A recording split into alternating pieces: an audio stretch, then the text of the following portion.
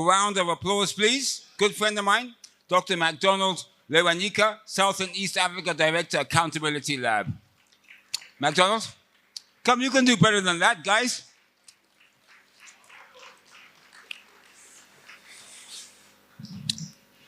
Welcome.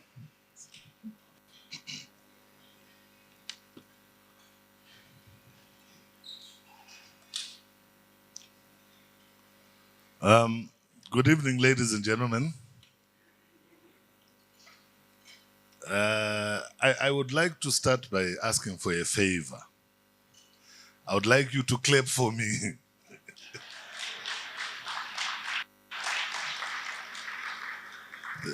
Thank you for clapping for me, because it's possible that after I'm done, there might be nothing to clap for. So at least I have received my applause already. I've been struggling, Madam Che, NANGO Che, and the NANGO board, with tonight's assignment to give an inspirational talk. For a number of reasons. I'll just state three and then I'll get into the business of attempting the task. The first reason is that, generally I am an expert at something, and usually I am called to speak about things that I am expert at. And I'm not sure whether I am an expert at inspiring people. So the absence of a clear-cut topic that says, come and talk about authoritarian regression, come and talk about the absence of accountability in state institutions, come and talk about the PVO Act, has me challenged. That's the first reason. The second reason why this task is a bit difficult for me is because Joy Mabenga stole my notes. Everything that I had thought I would say tonight was basically said by Joy Mabenga. How he got into my room, into my bag, and retrieved my notes, I am not sure. I am not sure. But the third and perhaps most important reason that I find engaging you and this topic tonight is because I think for you to be able to share strength, the assumption is that you have some. For you to be able to share inspiration, the assumption is that you are inspired yourself. But ladies and gentlemen, this has been a very dark year. It has been a very dark year, and even though I am a hopeful personality myself, always trying to think positively, there are moments this year when I have found myself challenged by what was confronting me.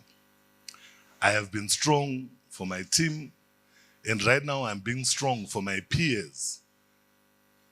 But after this, I might go to my room, sink into a bottle of whiskey, and wonder where we are going. That's the kind of year that we have had. It's been a tough year, it's been a dark year, and not just for me, not just for the people who work in the sector, but I'm sure some of you can testify even for families. I've had numerous occasions where my wife has asked me, what did I do wrong? Only to try to explain that it's not you, it's Trump. There have been many of those occasions. There are many occasions where I've sat on my couch and pretended to watch TV all day, but not seeing anything, just thinking and wondering. Because part of the leadership challenge that we possess as NGO directors is responsibility not just for self, not just for family, but also for others. And if you're someone who takes your responsibilities seriously, this is something that is bound to have a toll on your mental health and your physical health. For me, it has been both. I know that a lot of people, when they look at me with my big stomach, they think that it has not taken any physical toll on my health. It has. I usually look as thin as Andy, but because I'm eating all the country's challenges, I'm this big. But jokes aside, this has indeed been a tough year. And we find ourselves in a context where we find ourselves in a very fluid environment, very fast-moving environment, very liquid, uncertain, and experimental space. I don't even have to pick on the examples because these are the things that we have been talking about over the course of the last 2 years. The rise of authoritarianism globally, the normalization of authoritarian norms, where we see ourselves celebrating coups. And then we're at that place where we are celebrating coups. We are there. You are Zimbabweans, you celebrated in 2017, you celebrate coups. That is the place where we are right now, where we are celebrating coups. We are celebrating the emergence of that guy in Gabon and saluting him as the reincarnation of Thomas Sankara. But that celebration of those kinds of circumstances points to the challenges that we are faced with in our context at this particular moment in time. So not just the rise or resurgence of authoritarianism. Oh, and is already saying 2 minutes to go. 5 minutes to go. Okay, I'll try to skim through the things and see if I can dig out some inspiration. Yeah, but that's the context that we are living in. We have an entire belt on the continent, which a lot of people consider the coup belt. And that is not normal. We have a world where the right is on the resurgence and where authoritarian names are being popularized, and that is not normal. We are living at a time when development aid, which is supposed to be money that supports good, is being cut down. And it is not just Trump. It is not just Trump. The EU is there. It has cut its funding. The Swiss, unfortunately, are there. They have cut funding. The Dutch, the Germans, the French, everyone is basically cutting funding. So it's easy for us to look at the $60 billion cut and say, it's just Trump. But Trump is just a manifestation at a larger level of the times that we are living in. Now, what is more important for us is not necessarily that these cuts are there, but for us of primary concern are the impacts of these cuts on us as a society, and especially as civil society. We did some research at Accountability Lab, and of the organizations that responded, we realized that 54% of these organizations are not going to get into 2026. 54% are not getting into 2026. 44% of the organizations are not necessarily going to get into 2026 because about 34% of them are uncertain, unsure of whether they will continue to exist.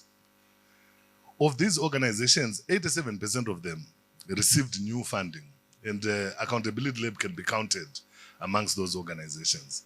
But this new funding is a drop in the ocean of what was cut. And then you add to that the issue of staff dismissals, the stopping of services in communities, all the things that we've been talking about. That is the world that we are living in today. But if we are to challenge ourselves tonight, the first thing that we need to accept is that these times that are fluid, liquid, uncertain, and experimental are exactly the times that leaders are born to live in. So if you are a leader, you are not born to exist and serve in good times. Your leadership manifestation, your potential, your ability must manifest in this particular moment. So that's the first thing. I know that these times are challenging. I know that these times are times of transition. But with this crisis that we are faced with at this particular moment, are clear opportunities for leadership to manifest. If we fail to manifest, it is a failure on our part as people who pretend to be leaders. But real leaders will emerge, and I'm hoping that I can be able to count the majority of you amongst that number. In these times, it is important for us to remember that even though night exists, day will always come. Life is made up of seasons. Life is made up of seasons, and invariably, seasons change. There is summer, there is autumn, there is spring, there is winter. We are in the winter of our times. And unfortunately, it is a winter that came too early and caught us unprepared. But it will end. Whether or not you survive this winter is a function of whether or not you are able to step up as a leader. And I will talk about what it means to step up as a leader. And perhaps because I'm out of time, maybe I can just jump there. Oh, okay. All right, so I'm going to speak for 25 more minutes. No, I'm just kidding. I will try to rush through. You know, this moment is especially important, and I was reminded when the doctor was praying for our food that there are many inspirational stories that are there in the Bible. And Zimbabwe, to a very large extent, is a Christian nation, at least in name, even though the vast majority do not practice fully. But we are a Christian nation. And if you read your Bible, and I'm sure Reverend Hussein is going to be impressed by me. Reverend Hussein, if everyone else continues eating and does not listen, you are my audience. In the Bible, there are many stories that we are told, and a lot of them just seemed like stories until the doctor prayed for our food. He reminded me of the story of Jacob, who had to fight an angel, or who was called, I think it was called a mysterious man in the Bible, trying to retrieve his blessing. And that fight was a transformational moment. It was a moment of uncertainty. If you are fighting an angel, I think you would have to only be Jacob for you to be confident that you are going to win. But he fought, and in the process, he broke his hip. That is transformation taking place. That is Jacob changing. And for the rest of his life, he had to walk with a limp, but he was able to retrieve his blessing. And from then onwards, he changed his name and was called Israel, which meant the one who is unafraid to fight with gods. I think that is what this moment calls of us to be. It calls of us to have the courage of Jacob, to fight that which we think is bigger than ourselves and may appear difficult to defeat, but is actually defeatable. And when we emerge from it, we will be transformed. We will transform from Jacob into Israel. This is the transformation that Joy Mabenge was talking about. Okay. There are many other stories that I can share just to show my biblical prowess. But I will not get into them. There's the story of Daniel and his delayed receipt of blessings for 21 days while that blessing was being fought. When good things are about to emerge, equally bad things will confront you. And I think that is the moment that we are in. I can talk about the story of Joseph and how he was forsaken and mistreated by his brothers, but he turned out to be king. But for time, I will not get into those. I'm now left with 30 seconds, and I wanted to leave by sharing a few practical things that I think we can be able to do. The first thing relates to something that was shared earlier around fundraising. And I think that a lot of good ideas were placed on the table, a lot of new innovative ways within which we can be able to pursue to make our organization subsist. But one of the things that I just want to push back on, and this is a pushback, but it is also inspiration, is to stick to what you know. Stick to what you know. If you have the ability or have demonstrated the ability of being able to extract resources from Ville consistently for the last 10 years, then it means you're good from fundraising from the EU. If you try to take those same skills and try to fundraise from OSF, you are going to receive a rude awakening. So part of what we need to do is to double down and identify that which we are good at as organizations in order to survive. If you are good at resource mobilization from bilateral donors, perhaps double down. Talk to Ville, talk to Lillian and say, who else can we talk to that can be able to support our work? And we know that you already have the skill set that will allow you to write competitive proposals where that is concerned. Those who are good at relationship building with foundations, you know, and the lady from Off Palmer actually mentioned it. A lot of foundations do not do calls for proposals. They approach you. They approach you. So how do you diversify if they are not coming? It's a big challenge. So let's double down on that which we are good at. And then in terms of dealing with the foundations, be visible. be visible. Andy has done a serious injustice because I've got some serious inspiration on my notes here. But yeah, but when it comes to foundations and this, if we're talking about diversification, there is no way that you can be able to access those resources or even resources from high net worth individuals if you are not visible. If you are not visible. Last week at our organization, I had a visit from a philanthropic organization, and they met people who were participating. Caroline Timbanyoka was there. And then she's a good example of what not to do. Because these donors came to our office, we exposed them to people who had participated in our programs.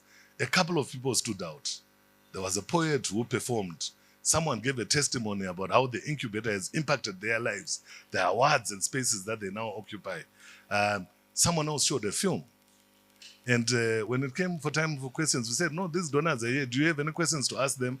Only one person asked them a question. After that meeting, the donor came to me and said, McDonald, I think that you're doing amazing work. There are some festivals that I run in Zurich and I want your artists to come. And I think that that is the power of visibility. You never know what opportunities emerge in any given space. Caroline is not going to Zurich because she did not raise her hand to ask a question. So as you attempt to raise resources from other people, make sure that your work is visible. And the last point, and this is my parting shot, I will not go through all the different elements, is that I think the moment calls of us to be what a guy called Collins called level 5 leadership. Level 5 leadership entails that, number one, we be selfless leaders. Be leaders who are in the business of putting up and propping up other people. What the sector needs right now is not superstar leaders. It needs effective teams. And when you are successful as a leader, be in the habit of making it about your staff, not necessarily about yourself. Share the credit. When you are eating the fruits of that success, remember the people who helped you plant the trees. A lot of times we take credit as directors, and the staff that works for us is left feeling useless. So build others up. Success breeds successors. If you were to leave your organization today for greener pastures, are you not going to worry? So before we even talk about who is succeeding you, are you not going to worry? Are you able to come to Masvingo and not worry about what is happening in Harare? So be a leader who builds other people up so that you can also be comfortable. And I think that that will help us survive this moment. A very good friend of mine called Debros Mchena reminded me that leadership is what happens when you are not there. Yeah.